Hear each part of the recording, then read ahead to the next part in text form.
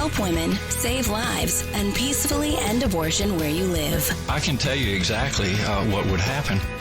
The infant would be delivered. The infant would be kept comfortable. The infant would be resuscitated if that's what the mother and the family desired. You were serious about that? Be inspired to change hearts and minds by joining over 1 million volunteers taking part in the global movement happening in your neighborhood. She says, pray that I can get through this abortion. And I said, oh, no. So she went ahead and went into the abortion clinic. And she just came out. She told us, I'm not going to get the abortion. We just had a baby saved. We had a baby saved in Memphis today. Praise the Lord. This is the 40 Days for Life podcast with your host, Sean Carney.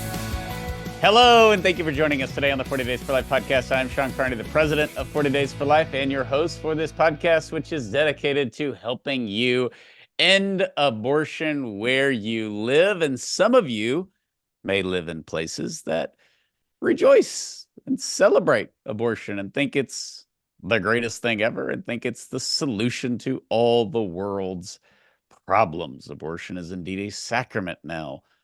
For many people in our country, a new phenomenon that has developed basically since 2019 and really took off with the overturning of Roe v. Wade. But today we are going to share with you how that might not be the case and how the abortion industry is reeling in blue states. This is, I think, even for us, or definitely for us, a surprise.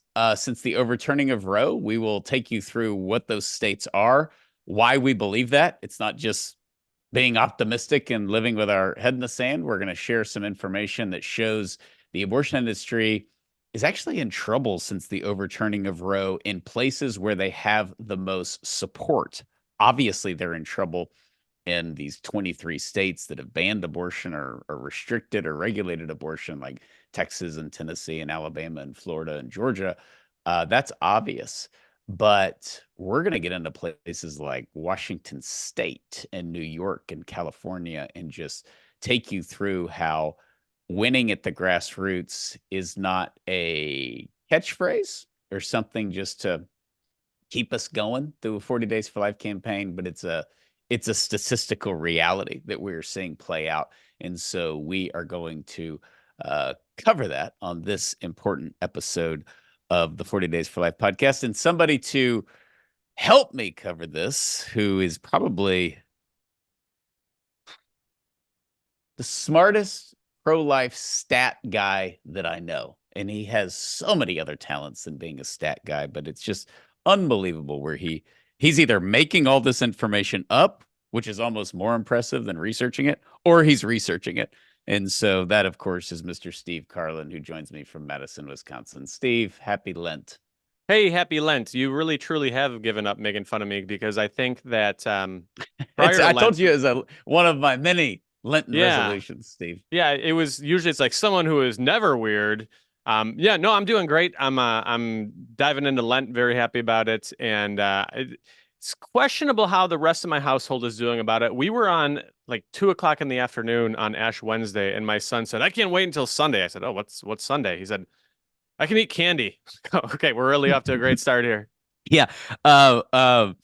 Since we share so much personal information with our audience on the podcast, whether they're interested in it or not, we always say 40 Days for Life is like a family. I will admit that I'll say, well, generically, I feel good about my Lent. Okay. I haven't just totally fallen off the wagon and like, there's like point of no return. But there was a moment and it made me think of you because you said that year you gave up meat, you were like, we're buying a smoker. And it was like Ash Wednesday. So Thursday after Ash Wednesday, Thursday morning, I started thinking about like what we were going to eat on Easter. And I was like, we're going to change it up. And I just thought the whole point, obviously Lent is useless and stupid and a waste of time without Easter. The whole thing is a preparation for Easter. But I was looking at the preparation of the food for Easter before the joy and resurrection of Jesus Christ. And so I caught myself, but to me, that was a little shameful, just being day 2 in the Lent and thinking, when this is over. Yeah, it's going to be great. It's going to be amazing. Oh, goodness. I will say when this podcast comes out, which I believe, Steve, is what, February the 27th? Yes, sir. Woo! Less than 3 weeks from St. Patrick's Day, which, praise the Lord, is on a Sunday this year. You don't have to do that kind of Weasley thing where it's like, well, dear Bishop, can we have our corned beef, which is terrible, on Friday? Yeah. I guess I don't know how the calendars work anymore, but is that every 6 years? I forget, but sometime, no, because they move it. They move Lent. So it's just random. It's like when you have the weird combo of St. Valentine's Day on Ash Wednesday, which we had this year.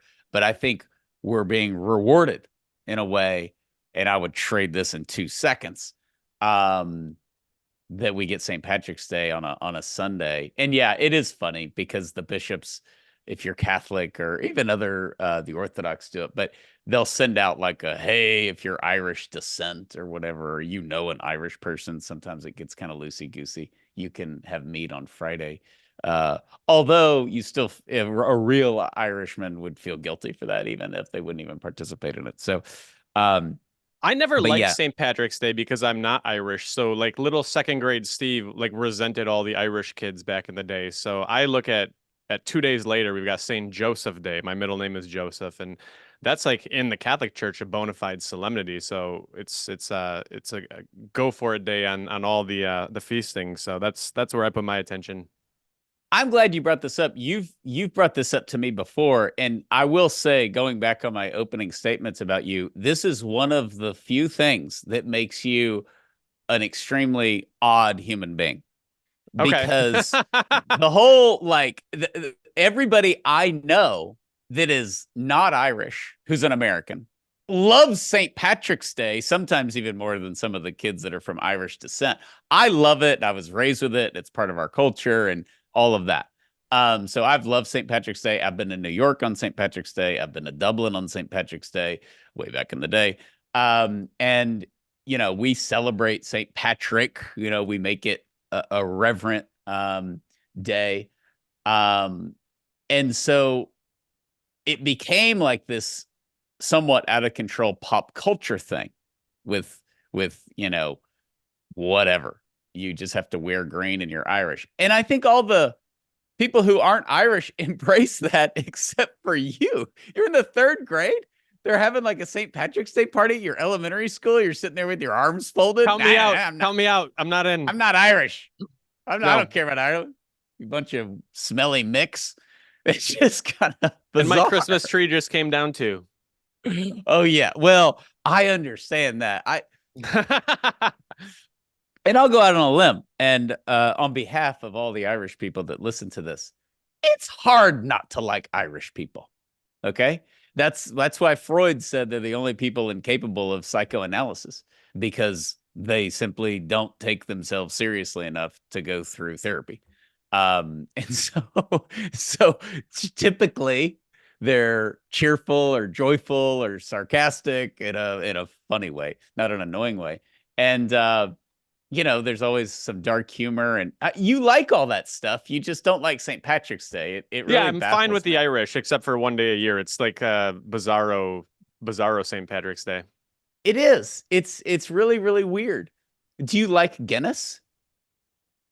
Yes, I'm not like as delighted in it as many people are, but yes, I do, and I've never had it in Ireland, which I'm told is the only way to have it. So.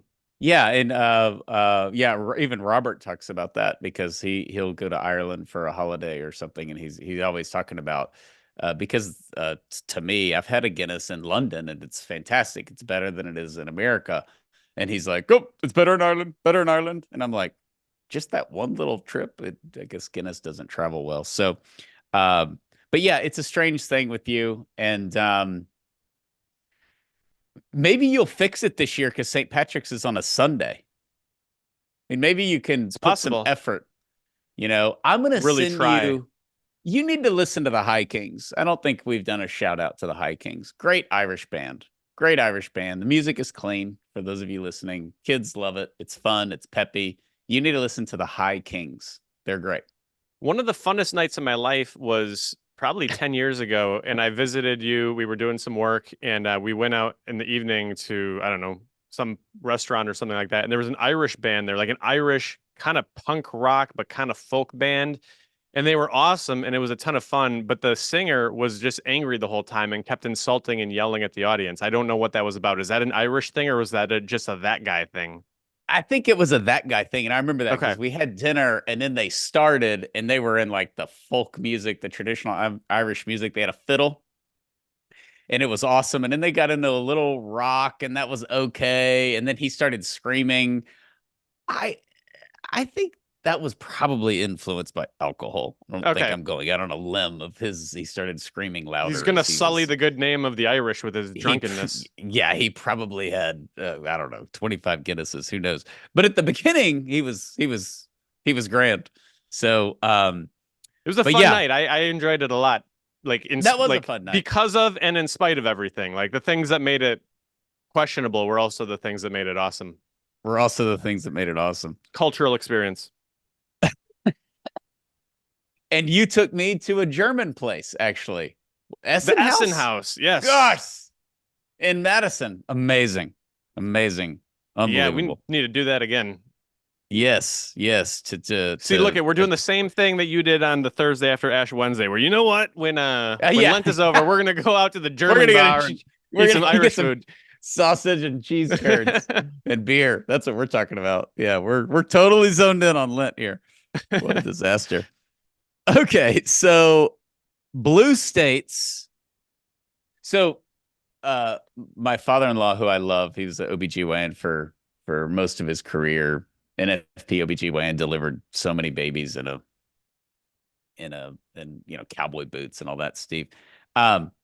He cracks me up because probably 15 years ago, 40 Days for Life started growing and I was going to California. And he said something with his great Texas accent like, California can slide off into the ocean and go to the bottom and I won't care. It's just something very loving and peaceful. And of course, it's hysterical. And I've said that in many of my talks in California. Of course, they crack up and some of them are like, yeah, we're with you. Just take us all down.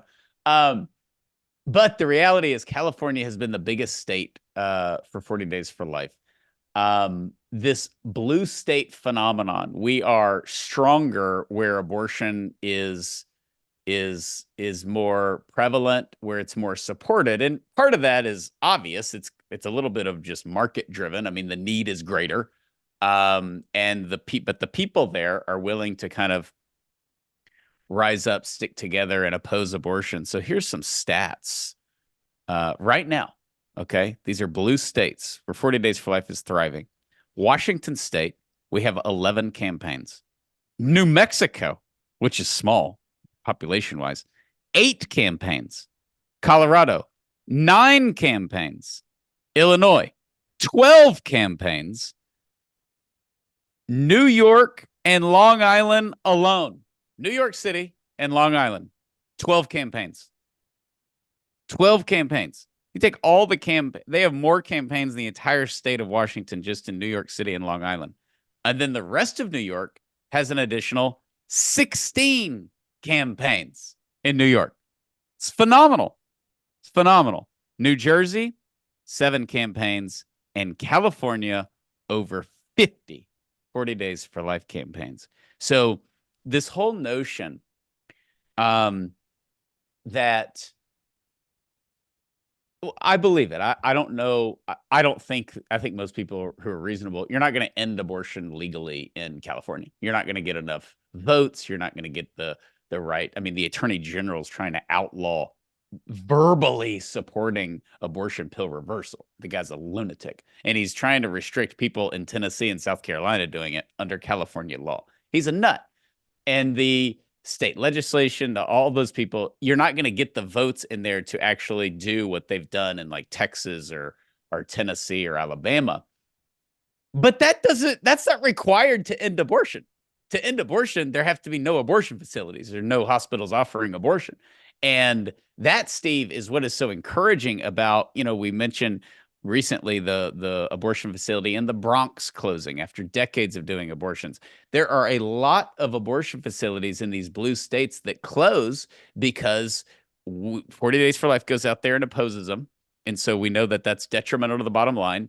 And in addition to that, because we do care about women, despite what some say, we have the medical pregnancy resource centers so that they can have an alternative and women choose life. They don't wake up and say, you know what?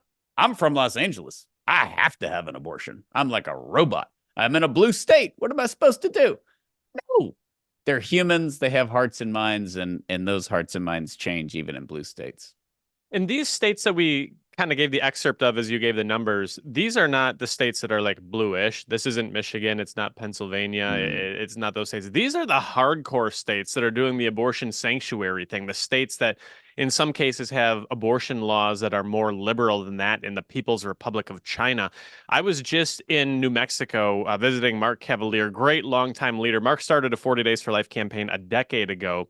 And since then, he's grown it into this Coalition for Life with a network of pregnancy centers and an ultrasound bus. And they've closed 3 different abortion facilities in that area, even as New Mexico is preying upon Texas women and babies to cross the border and come on over.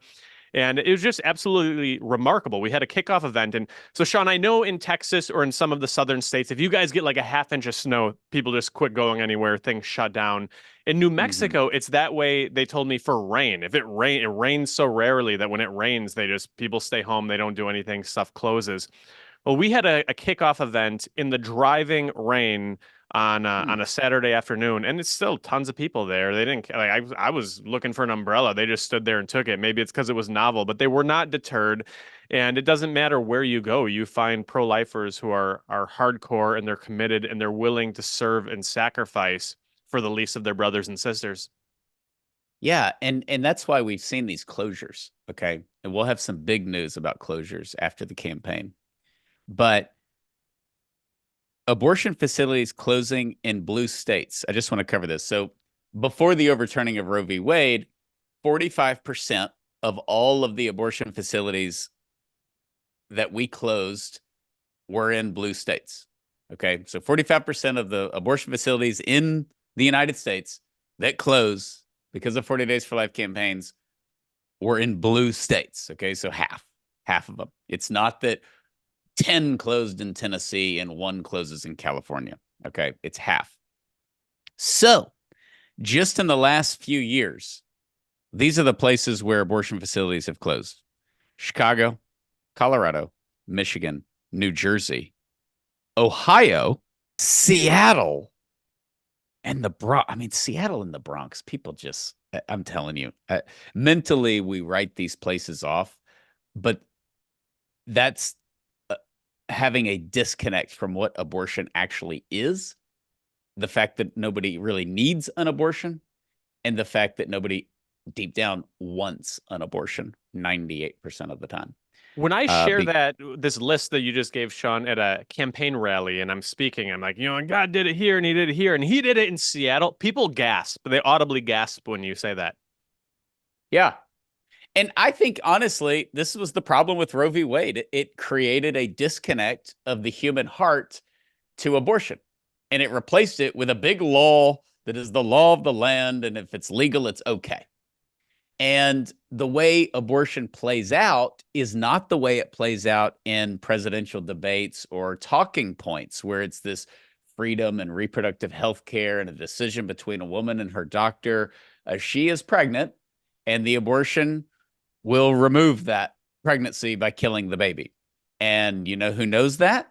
The woman, the doctor, the nurses, the friend driving her.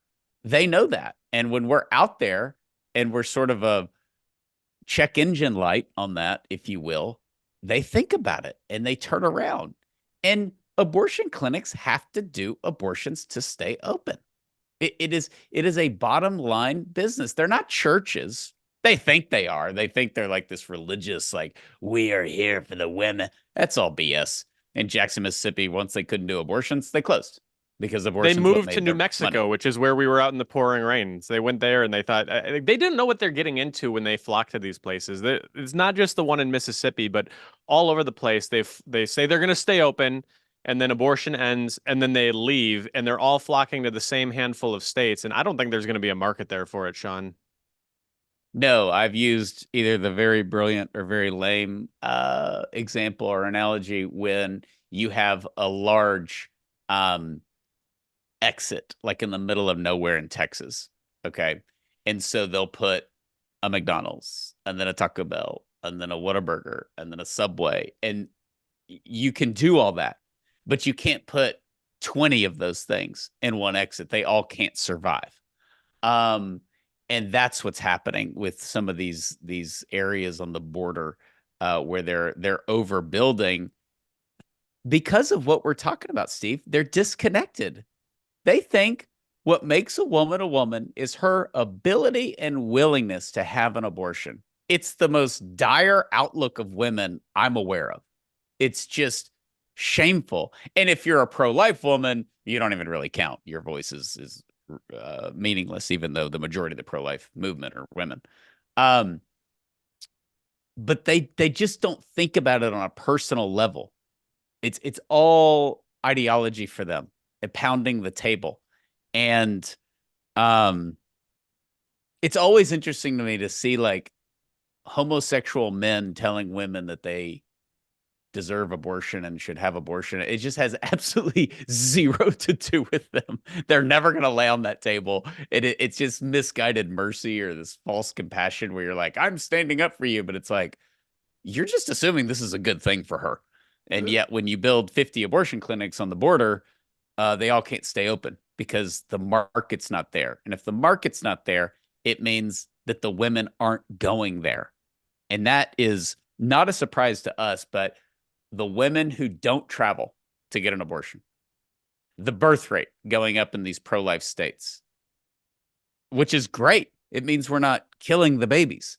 So they're born. Like, by the way, we all were, thankfully. So, okay, so that was the list of some of the recent closures. But London, 3 abortion facilities have closed in London. Totally tied funded for a record. That's tied for the record after a 40 Days for Life campaign with another staunchly conservative Bible Belt city of Sacramento, California. Yeah, that's crazy. I mean, so we're not talking about Nashville or even Houston or, Omaha, Nebraska. This is London and Sacramento. Also, we've closed in Mexico City and Vienna, Austria, which is very, very liberal. So, and we just announced a closure in Fredericton, New Brunswick in Canada, which the local 40 Days for Life folks tell me is the first abortion facility to close in response to pro-life efforts in decades. That's amazing. That is fantastic news. And God bless the Canadians because they have it so rough. I'm going up there this year to speak at their March for Life. It's hard. They have no abortion law. You just do whatever you want. It's like the Wild West. It's just absolutely crazy up there. This is another sign of good news. So these are the closures, right? In these blue states. But Steve, remember, and we prepared for it, and thank God never had to execute it. But we have a bus. But because Steve, Roe v. Wade was so awful and Amy Coney Barrett is so evil, Planned Parenthood announced they were going to do RVs and put them on these border states and just sit in a parking lot of Walmart. I don't know where they were going. And they were going to do abortions. That there's an RV. Yeah. Cousin Eddie was going to be like the nurse practitioner. It was going to be a disaster. And my hair ain't going to look right. So we did a podcast with Ramona and which we can post, but it was great because we said, okay, let's just say women are going to get up at 4:00 in the morning and they're going to drive wherever from Tennessee over to Illinois. And there's an RV there that does abortions. So we had Ramona, former Planned Parenthood manager, on to basically say, at its best, how would this work? Like logistically, is there a waiting room? Do they drive through and like leave their car and then get out and go up the steps of the RV and go in? Like they're going to be worried about privacy. They usually are at their other places. you can't, are they going to rent a section of the city? Is that city even allow that? It was such a logistical disaster that we realized over time and following Planned Parenthood and studying them and seeing they had a lot of graphics, Steve.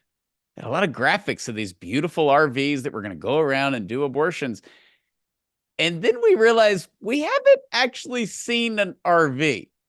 And I think they're just doing this as a reaction to the overturning of Roe to raise money or to whatever, just justify themselves. And that ended up being the case. They never did any of this.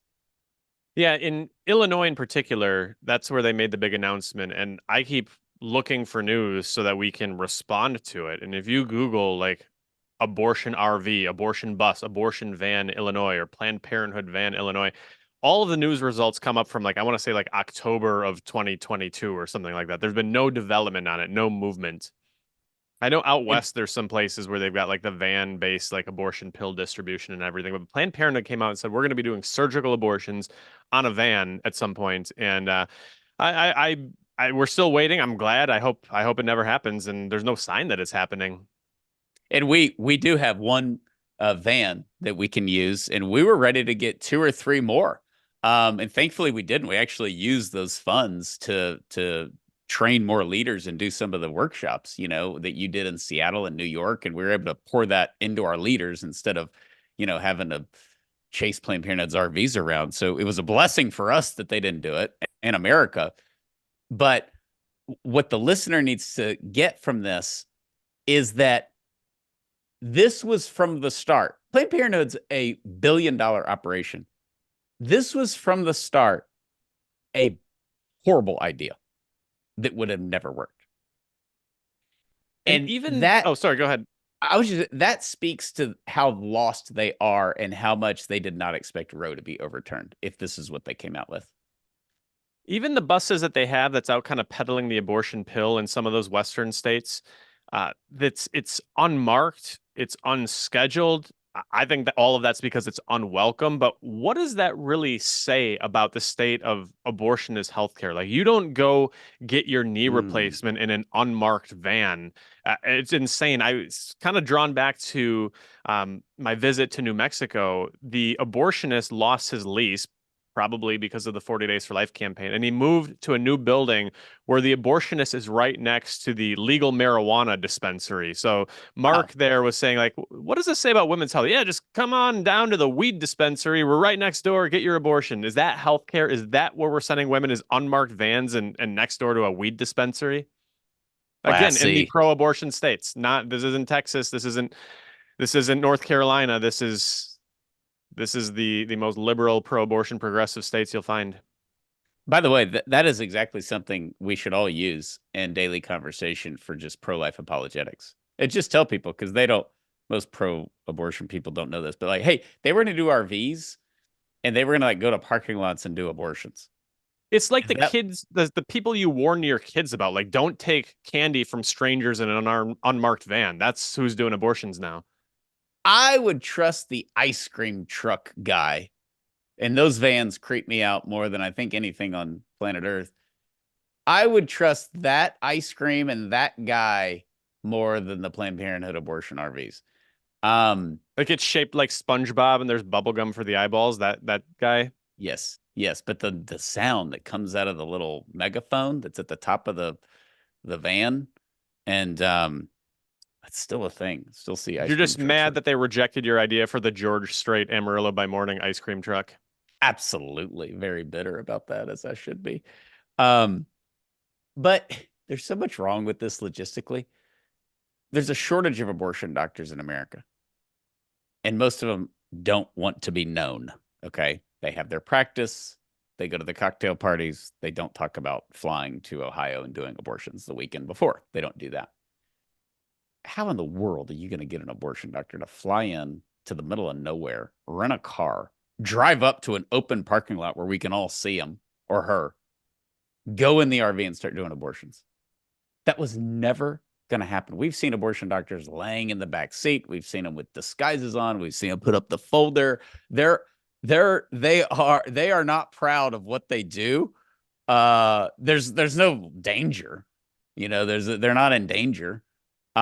They go around and they do abortions, but they do not want their identity known.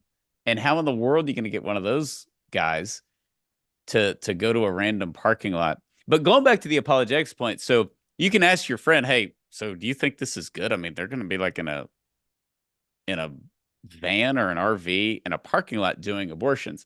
And I've done this. And this is gold, Steve. You're kind of leading people down a road, but it's fun. I've done this a few times. They will say, that's what they do to donate blood.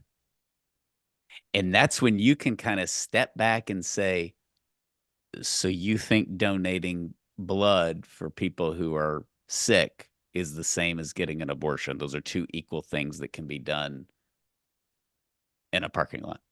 And they're like, no, no, no, no, no, no. They kind of back up because they're the ones that are saying abortion is healthcare. It's a big deal. It's a woman. It's her doctor. It's this formal thing. You know, it's a respected thing around the world. Everybody knows it. You're the like out of touch bigot who hates healthcare.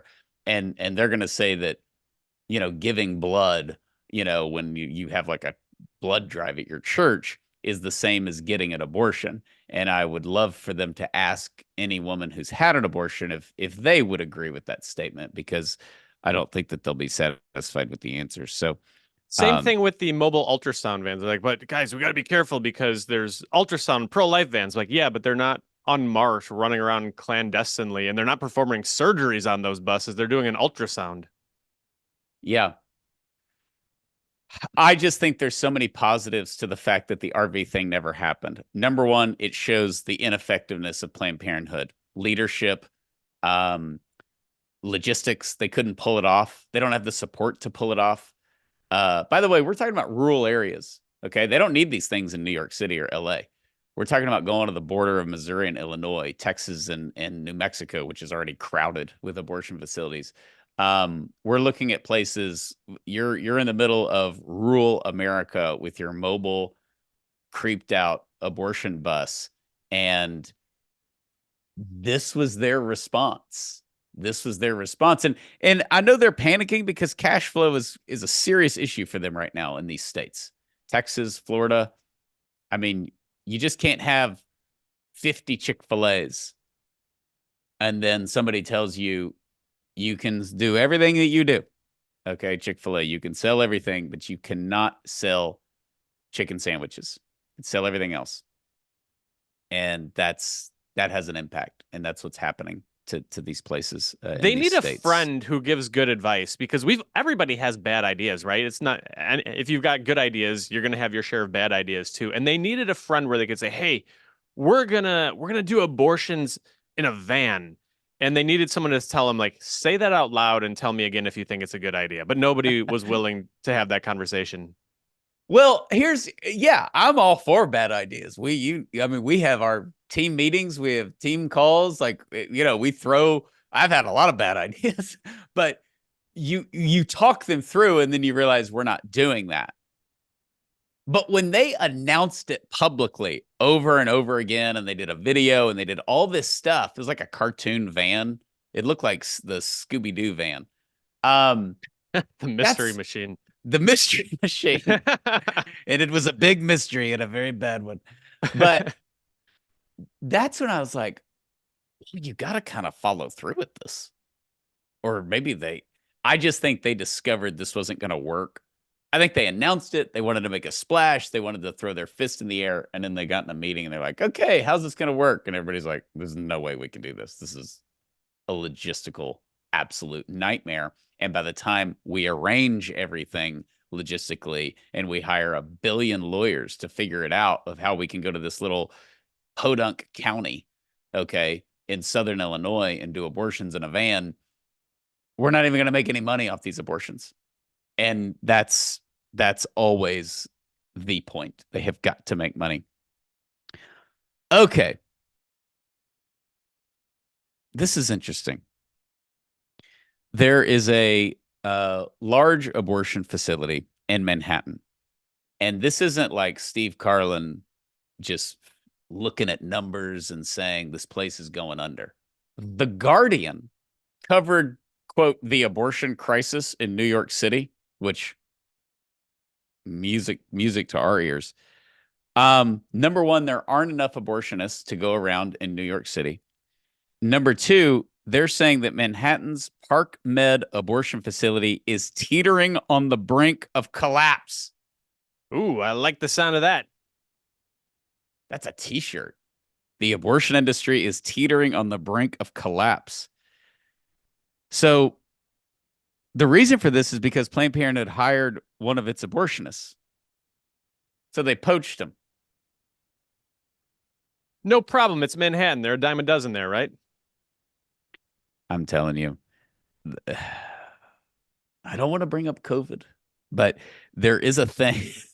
I know Steve would talk about I'm here. COVID Yeah, every day. I'm ready. Mr. COVID. It's lit. We can talk about it. There is this abortion and COVID. These are two things that I saw similarities in. A lot of the medical community waves the flag, the abortion flag, the COVID flag, the vaccine flag, whatever you want to do. Not getting into the vaccine. But they don't want to participate in it. They don't want to deal with it.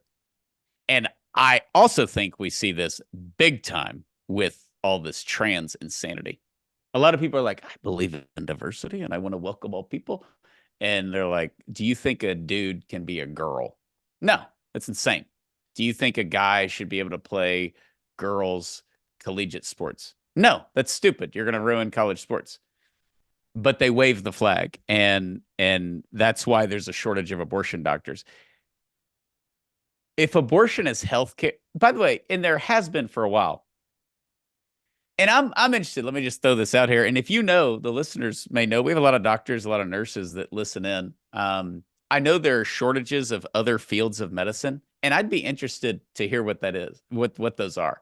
Like, is there a shortage of anesthesiologists, of oncologists, of cardiovascular surgeons? Like, what other fields of medicine have a huge shortage of doctors to where in a place like Manhattan, you can't find one? I can't imagine. I mean, are people walking around Manhattan going, hey, this is awful. Do you know a dentist? There's just no dentist around. It's crazy.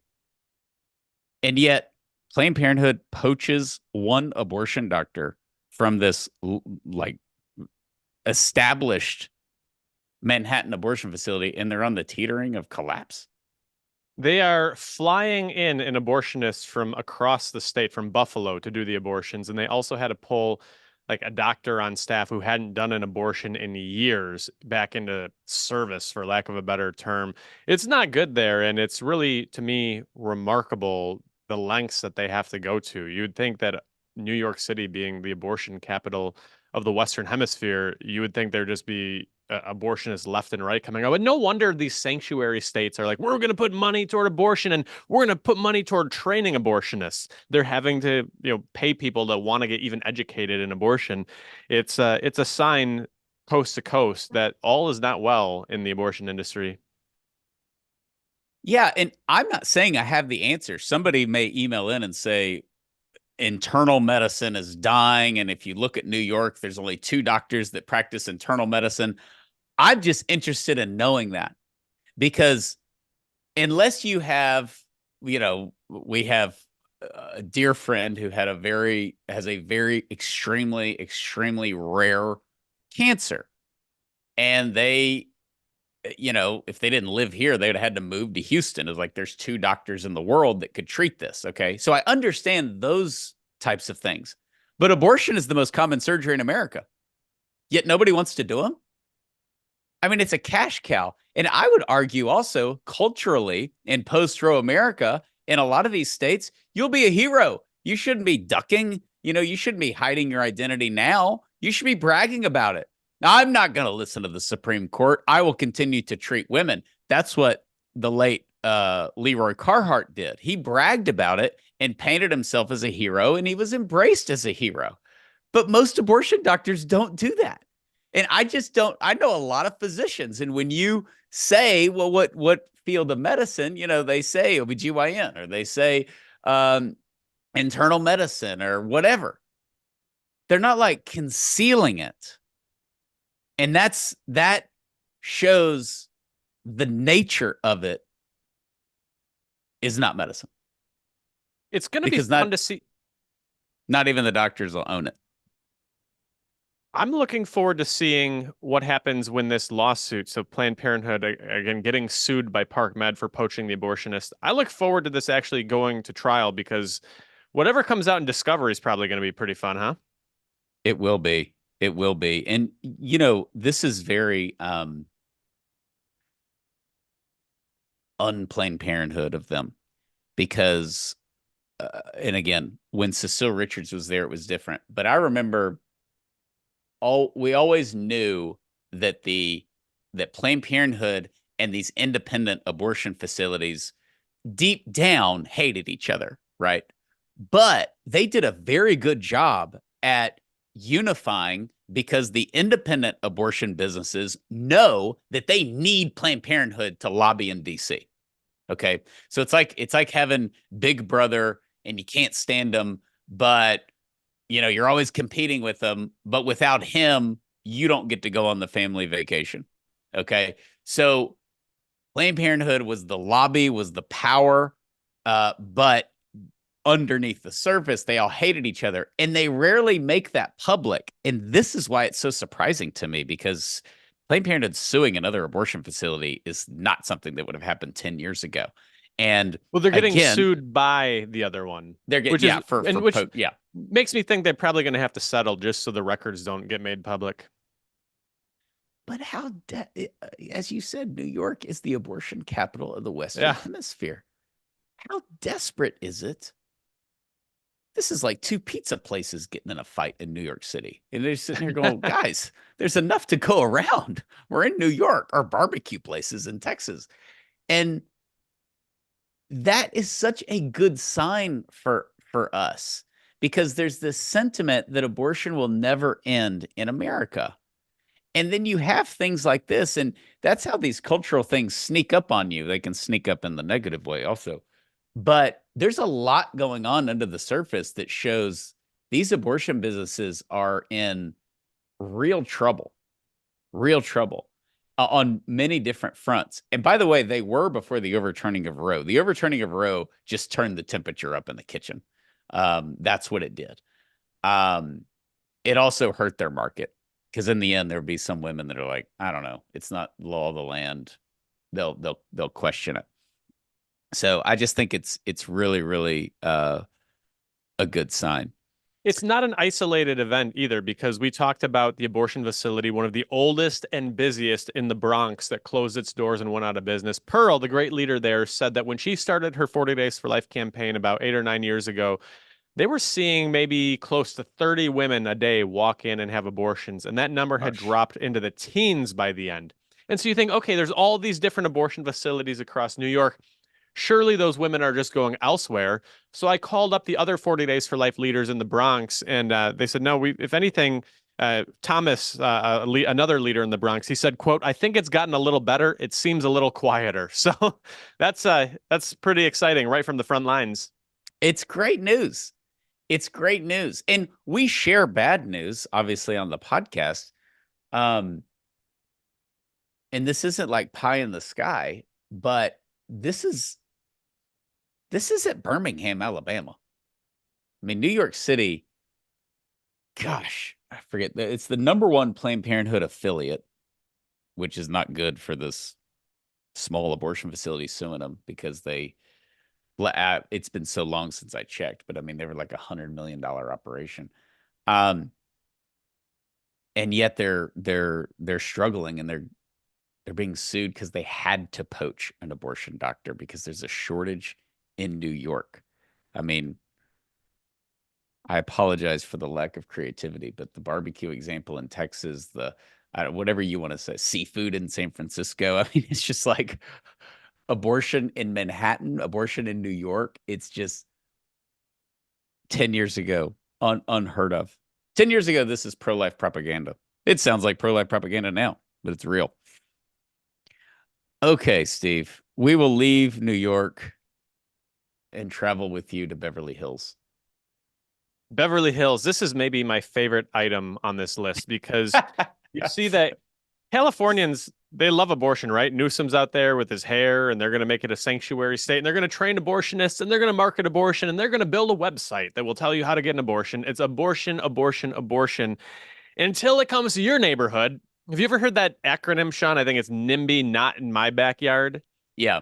No one wants the prison or the dump or the toxic waste recycling center in their backyard. And they don't want the abortion center there either. So the Beverly Hills City Council is refusing to give a permit to open up an abortion facility.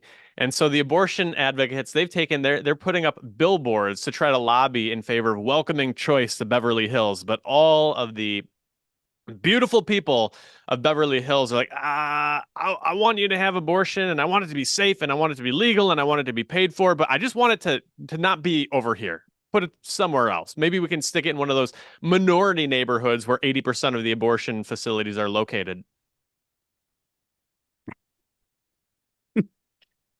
There's just so much good about this. So, okay, everybody listening to this, our first response is, yeah, of course. I wouldn't want it in my backyard either.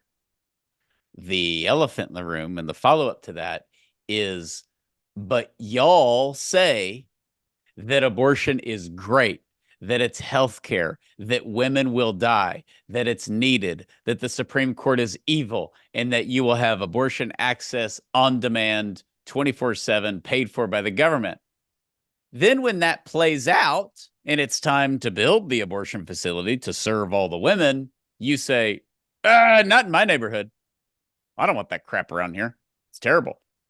And yeah, the word is hypocrisy. But beyond that, because that word gets thrown out too much, it's an example, Steve, of how they don't believe it. Like if you believed women were going to die without abortion access and they were going to put up an abortion facility in your neighborhood, you would just like, thank God, you may write a check, donate to it. You know, Planned Parenthood raises a lot of money building abortion clinics in some of these towns where they convince people, you know, you're needed and women are traveling and it's, you know, they're doing it anyways. But nobody did that. They're trying to ban the abortion facility from Beverly Hills because a bunch of rich people don't want it in their neighborhood. And they shouldn't want it in their neighborhood. No one should want it in their neighborhood.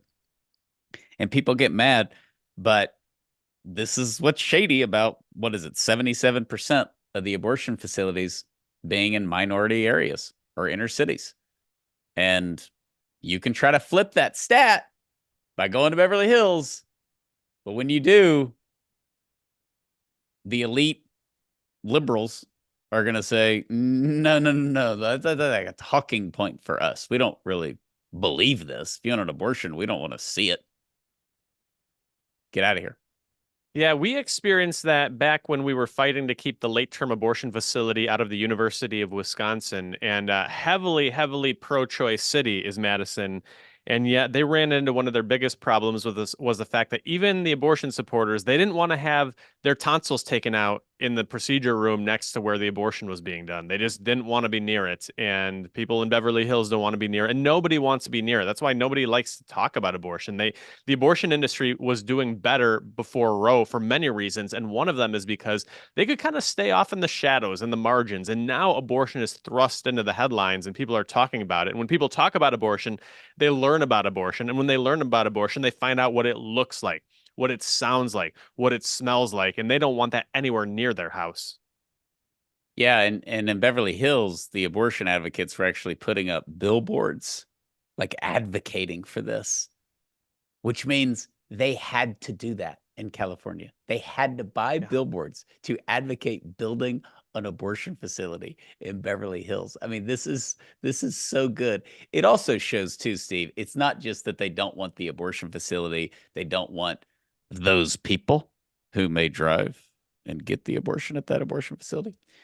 They also don't want you, the listener.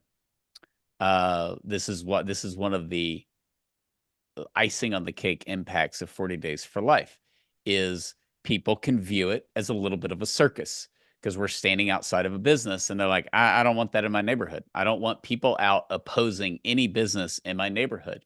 And it could be a lot of different things, but certainly an abortion facility with 40 Days for Life going on is just number one, because that's the most common across the country, of consistently opposing a certain type of business publicly. And that people think about that. City councils think about that. Small business owners think about that. Neighbors think about that. They don't want it. They may believe in abortion, but they don't want to see people outside opposing it. And that's, the other thing they'd have to deal with is their own nutty supporters going out there and supporting it. That's become a problem for Planned Parenthood that we've discussed and kind of made jokes about on the podcast. But I've seen Planned Parenthood directors tell their own crazy supporters to get lost and not tell us that. So it's wild. It's not just Beverly Hills either, because there are at least three other cities that I've found across California that had abortion facility projects abandoned or delayed due to red tape. And what is the red tape for? It's exactly what you say. They don't want to bring what they call protesters there. So I'm excited about that. It shows that the impact of the prayer makes a difference. We know that being present helps save lives from abortion, helps touch the workers' hearts. But I think only when we started reading some of these stories did I realize just how hostile it makes it, even to progressive city councils. And as we close out, it reminds me of two movies, just discussing this. And Steve, I don't know if you've seen them. Have you seen the updated version, which I think came out when we were kids, of the Beverly Hillbillies? Yeah, it had the guy who played Ernest from the Ernest P. movies Worrell in it, right? Ernest P. Worrell is in it. Yeah, Ernest goes to Planned Parenthood. Ernest goes to Planned Parenthood. So maybe he got on city council and he's like, they're not going to have an abortion clinic here. And then have you seen any of the Beverly Hills Cops? Have you seen Beverly Hills Cop 2? No, I haven't. Eddie Murphy. That's a great movie. Great Beverly Hills movie. So as is the first one.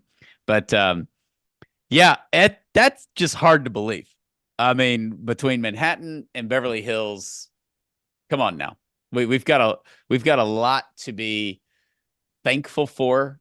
We've got tons of work to do. It is an up-road battle because of, I think, the rhetoric and the sentiment, and we'll see what's going to happen with the elections and what voters do. But as far as when we say hearts and minds are changing in the grassroots, they are. They are. And I'm just going to recap what I mentioned earlier. And these are currently 40 Days for Life campaigns in blue states. Washington has 11. New Mexico has 8. Colorado has 9. Illinois has 12. New York City and Long Island alone have 12. And then New York State has an additional 16 campaigns. New Jersey has 7, and California has more than 50. And so it's all great news. Be sure to share it. Be sure to share this podcast. This is kind of a little bit of a state of the union as far as how the abortion industry is doing as we enter our second full year in a post-Roe America. And it should also encourage us as we're approaching, the halfway point of Lent, the halfway point of 40 Days for Life, is to dig in. This is sometimes when the devil will kind of get us to be lazy or lukewarm or comfortable, and don't let that happen. Let this motivate you to take another hour to go to the website. If you haven't signed up for 40 Days for Life, please do so. It's not too late. Bring a friend and talk to people about this. Talk to them about this, because we are truly winning in the grassroots, and that needs to motivate us to go further. Because that's what it's going to take. No one's coming to help. I don't think we have a lot of confidence in the government solving all, this problem from here on out. And so it is up to us to change hearts and minds, and that is happening. So thank you, Steve. Please rate, review, and share this podcast, and we will see you next time. God bless you.